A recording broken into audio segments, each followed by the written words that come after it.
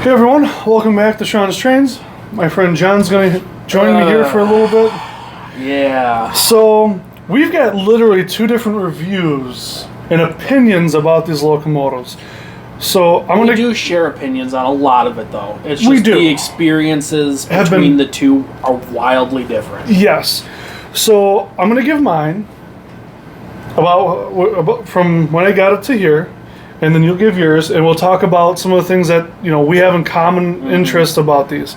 So I purchased mine at Take Trains, picked it up in Galesburg. Absolutely thrilled that Athearn did these. Thank you, thank you, thank you. I love the Fallen Flags. I pre-ordered the SPs and the C&Ws are coming. I am so thankful that they do the Fallen Flags like this, because this is just so cool. This is. And I'm so glad they did this paint scheme. Like, they could have done the Death Star or something else, which actually would have been prototype. Right. But they did this paint scheme, and that's so cool. It came in at the perfect time for me because I've got a Jeep for it and a caboose, and I kind of like the modern day Milwaukee Road theme with some of the Fallen Flag stuff that Intermountain and Athearn did in the past. Bring it back. But this was just so cool. I ran it a little bit at my house, and I will say that I probably got a good 6 hours of runtime on it, and there was still a fair bit of gear noise. So even with the sound on, because I reduced the volume, I think to about 15% on mine, it's just way more volume than I need. I don't need that much. I'm running 2 or 3 engines at a time, and they're almost never in the same place. So unnecessary volume. The bell's a little bit quiet. I can fix that on my own. Everything else sounds amazing, especially under a load. And I think after today, we got some serious running in on these engines. Got some serious. I mean, hours of pulling like 70 plus cars. Like, you needed both engines. And thank goodness I have both now. You do have both now. So, on this layout in particular, with any other old layout or club layout or home layout, there's dirty track, there's going to be a few dead spots, and normally I'm a big proponent of keep alives, but these things did great of just motoring through with minimal issues. These did great. Yeah, I mean, I didn't have any derailments.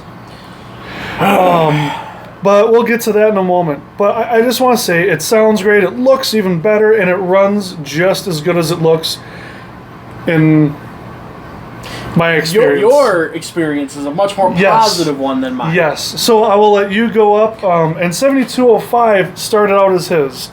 So why don't you tell us what your experience was with your engine? So mine, I bought it from Madison Hobby Stop. I love going up there. Love talking to Chris up there. Great local guy. He doesn't keep a lot of extra stuff in stock. And this was just one of the things he kept on the shelf. He mainly does a lot of mail orders for a lot of his stuff. And I knew about the one issue. I could see it on the shelf. I knew about it. And that's kind of what happened with scale trains a little bit. Move that out of the way just a hair. Is that the pilots are bent in a little bit. Kind of irritating. It's noticeable. But it's a common issue, unfortunately, across a lot of manufacturers lately on larger locomotives. As the pilots have been getting bent in. Okay, so I might need to weather it a little bit, but pilots on a regular locomotive aren't always going to be perfectly straight after a while anyways. So, I can deal with that. My problem came from, well, the fact that other than the fact that some of the plastic is still really wonky all the way up and down the lines, your lines are a lot cleaner and straighter. This still has the same issue that those SD70s, the first Genesis runs, had. Yes, and that's something that, I would like to see addressed, especially if they do another run, which I hope they do. If it wasn't for these few issues I've had with this, I love this locomotive. I would have no issue, wouldn't have kept it. Or, would have kept it. I'm a CN guy. I do a lot with CN, and this would have been a perfect, true heritage versus the Death Star on a GE. Yes. Don't get me wrong, it looks great. I thank you, CN, for doing it. I thank you, Scale Trains, for producing that wonderful model. But at the end of the day, it should have been on a GMD, an EMD product of some kind, whether it be EMD or Caterpillar. But just going over this model, the one I had specifically, just the details are rough. And it was factory like this. The hardest thing is, and I don't know if we could get close enough to really eyeball it and get the picture, the one front wheel, this one if I remember right in particular, at least is too big. It's too big, sits over top of the rails. On the outer layout when he was pulling it with the load, ran fine. Yeah, and that was something I thought was kind of strange because it is kind of noticeable. Like, you can actually see the truck is tilted up, and it looks like the wheel is bigger. So I don't know if that was just, the wrong wheel was put in, or maybe it's sitting on something and it shouldn't be.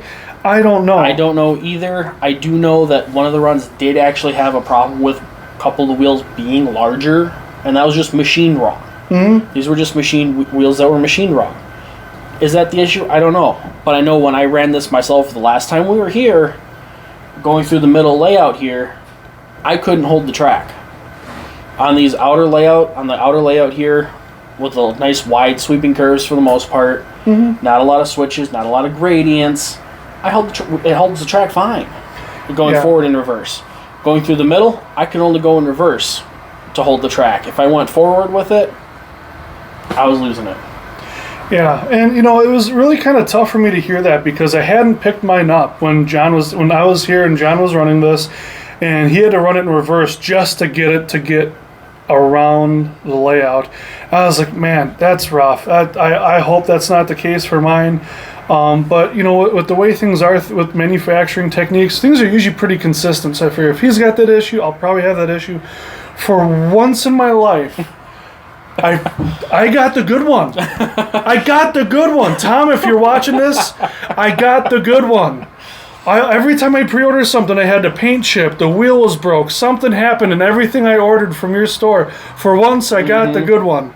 Granted, yours does have a little bit of a pilot bend to it, a little bit, but nothing on here is as bad. It doesn't stand out as much as on here. Just say it as it is. Yeah, it's bad. And something else I noticed was the foam that came with yours had a bow to it, a pretty strong bow.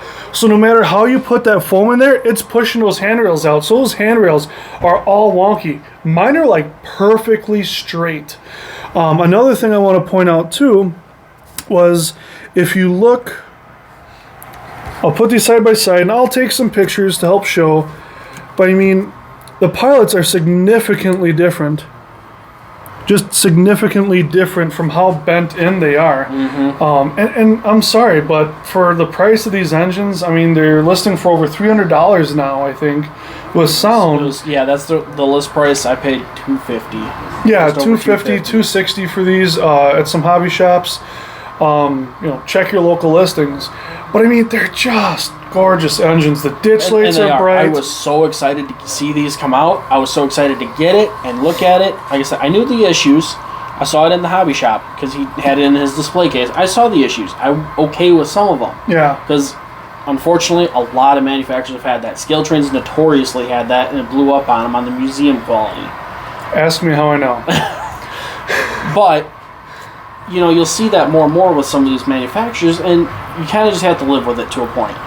Yeah, there's certain levels of stuff that's forgivable. Athearn has usually been really good, at least to me, with getting back to me with warranty repair and everything. Scale Trains is actually really good about it. If you have an issue and you talk to Scale Trains, email them or call them, whatever it is that you prefer to do, they will take care of you. They will not, if you're polite about it and talk to them, they will help you. It's not only their job, but they're modelers too.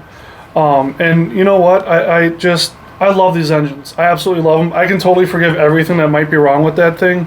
Because quite frankly, I am so enamored with how beautiful it is. I don't care. I was enamored until I tried to run it and I had all the issues. Yeah. And at that point, it killed my momentum because I run a lot of ESU.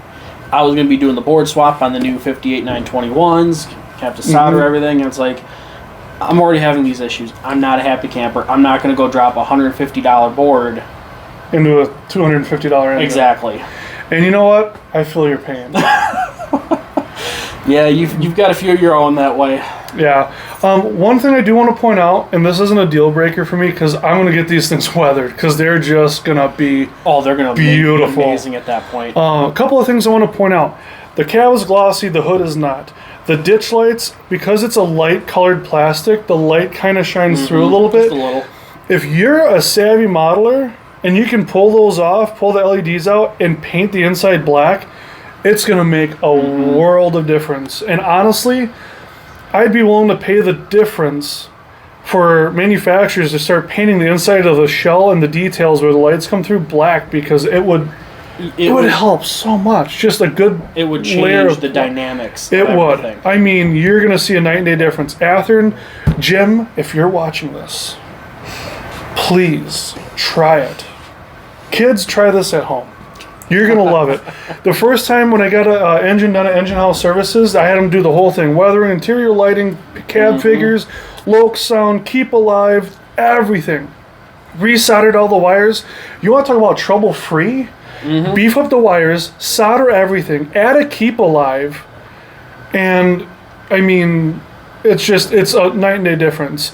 But just painting the inside of the lenses and stuff, it's going to look so much better. If I was half of a modeler, I would do it. But honestly, I'm probably not gonna. I'm not gonna be the one who. I could get it off. I could paint it. Getting it back on is my problem. And with all that said, again, totally worth it for me. 10 out of 10, 11 out of 10. I may have had a bad experience, and unfortunately, this is me with a lot of manufacturers, except for Bowser and a couple others right now. I have horrible luck with brand new 6-axle Athearns, and I have horrible luck with Rapido locomotives for some reason, and I love them. Yeah. But for me, it was kind of heartbreaking. But it's not a deal breaker. If I knew I could find, if I found another pair that was in great shape and I had the money at the time, I'm going to get another pair. I would love to get more of these at some point. Yeah. Just right now, I got to focus my attentions elsewhere. Yeah. I just don't have the attention to ability to do it. I got so many other projects, as you will shortly see, depending on when the videos come out. There's other things on my plate that I love this locomotive. It is beautiful. If you don't have one and you want one, pick one up now while you can. Absolutely. I will. The issues can be overcome. Pick one up while you can. And the last two things I'm going to point out, and I promise this is the last two. So these have ditch lights front He was and rear. crossing his fingers, by the way.